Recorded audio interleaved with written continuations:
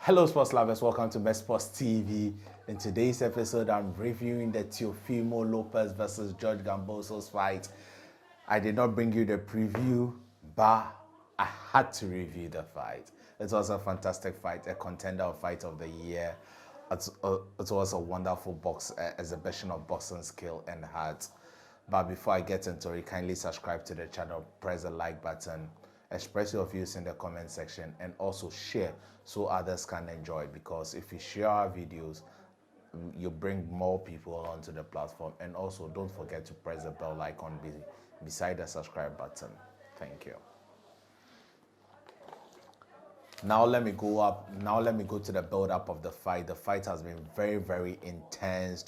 Proud to the fight being announced, both George Kambosos as the IBF mandatory for Teofimo Lopez, the title he won from Ghana's Richard R.C. Comey, but both parties did not reach an agreement.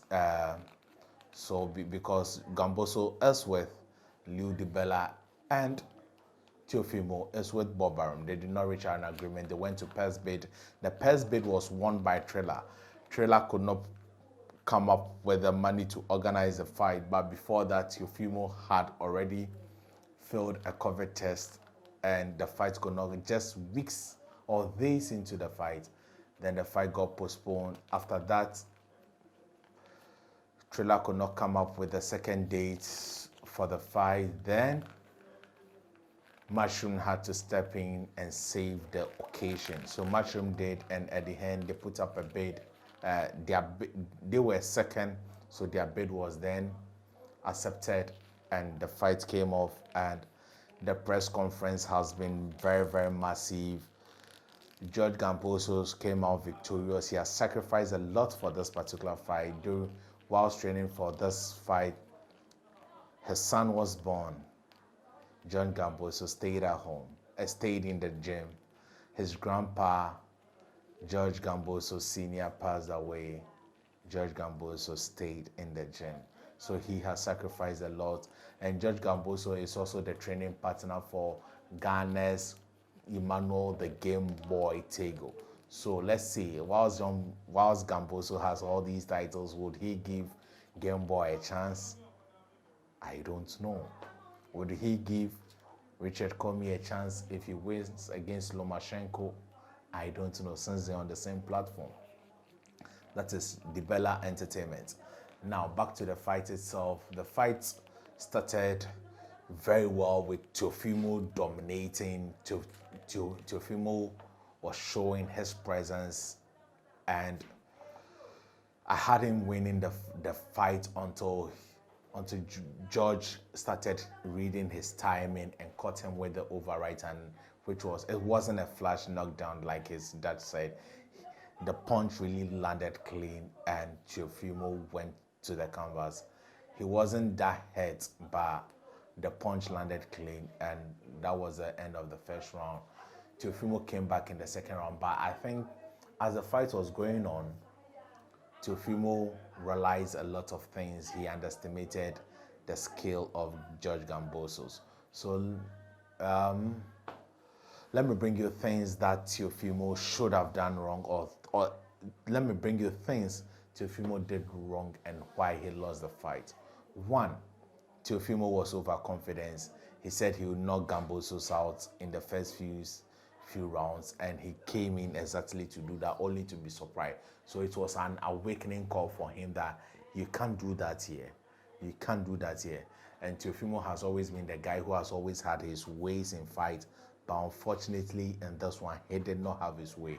Just like Richard Comey, he came in big, landed through with Richard Comey at the same time, but landed first. But this time, George Kambosos could take his power. And second, making weight. Teofimo is a big guy. He is a big guy. So making weight has been a little challenging for him over the years. And I don't think Teofimo, though he made the 135 on the dot, I don't think he made weight right. He did not look that drained, but I don't think he making weight was a gradual process. He had to struggle to make weight, and I think that affected him, his conditioning level. And another thing I realized about Teofimo was he wasn't using his jab. He wasn't using his footworks. And 3, he was not using combinations. So all these 3 things went on to affect him. 1, you always come behind your jab in order to execute combination. Teofimo at the later stage of the fight was looking to land that one punch power, so you could see him loading and walking Kambosos down. Whilst he was doing that, he was taking a lot of combination jabs, power jabs, and a lot of combination and movement from George Kambosos. Another thing I think affected Teofimo was his dad not telling him the truth. His dad kept telling him they were ahead on the scorecards, which was obviously untrue. I think his dad did not tell him the true state at which the fight was. You got this, knock down, all those things were getting into his son's head, and he was not following a game plan. The game plan they came with was to get George out of there within the first 3 rounds. So when it backfired, you could see him now wanting. That put him into a shock position. So you could see that from round 4 up to 7, George was dominating the fight. George was then doing everything right, sorry. And Teofimo did not have answers for it because he was amazed at the skill level, the heart at which George came with. Now let me go to things that George Kambosos did right. He had self-confidence. He believed in himself.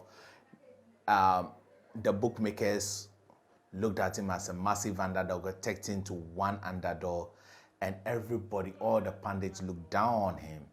But he believed in himself. He did not make the beef, the bad blood get into his head. His head was in perfect condition right from the fight, and the stare down and all those things did not go.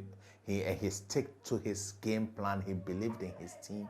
He believed in himself, and he stick to the game plan his coaches taught him. Now to the second, he was in good conditioning. If he wasn't in good condition, the power punches Teofimo landed would have finished him in the 10th round, because from round 8, 9, Teofimo was beginning to land power punches, and those would have gotten him out of there. Because he was in good condition and he made weight the right way, he could resist those punches. Another thing, timing. He timed Teofimo perfectly with the over right hand all night. Anytime Teofimo tried to come in, he times him with the over right. Another thing he got right was the timing. Anytime Teofimo threw the jab, he came out with the over right hand. That made Teofimo get a massive cut, in which the doctors even ended up looking at it and almost wanted to stop the fight. So the timing was bothering Teofimo, and that was the reason why Teofimo wasn't confident enough to throw his jab, because anytime he threw the jab, he gets a punch. Anytime he threw the jab, he gets a punch. Then one thing was the combination.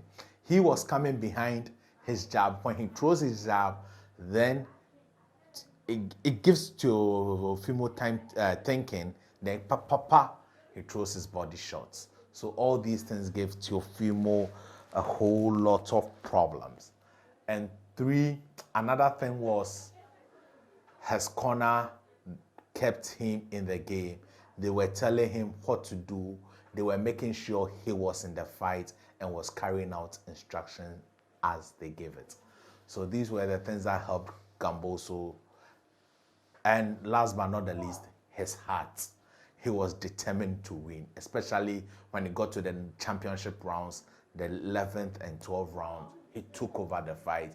He showed that he deserves to be the champion, and we wish him all the best in his career. And he is in the good hands of Lou DiBella, and I think Lou DiBella will handle him well, and there are greater things for him to do. But let's come to the shenanigans that happened. Teofimo saying he won the fight 10 rounds to 2. I think that was the biggest joke of the day. Teofimo think he won 10 rounds. I don't know what his dad was telling him, but I watched his dad's interview on Seconds Out, and I think his dad was not okay in that video. He said they would come back, but all the things he was saying did not make common sense to me. Right from the fight to when the fight was done, all the interviews he gave were not making sense. And especially when he said Vegas, when he created the impression that they were robbed and the game does not, you shouldn't talk too much. And yes, you shouldn't talk too much. Teofimo should have known that.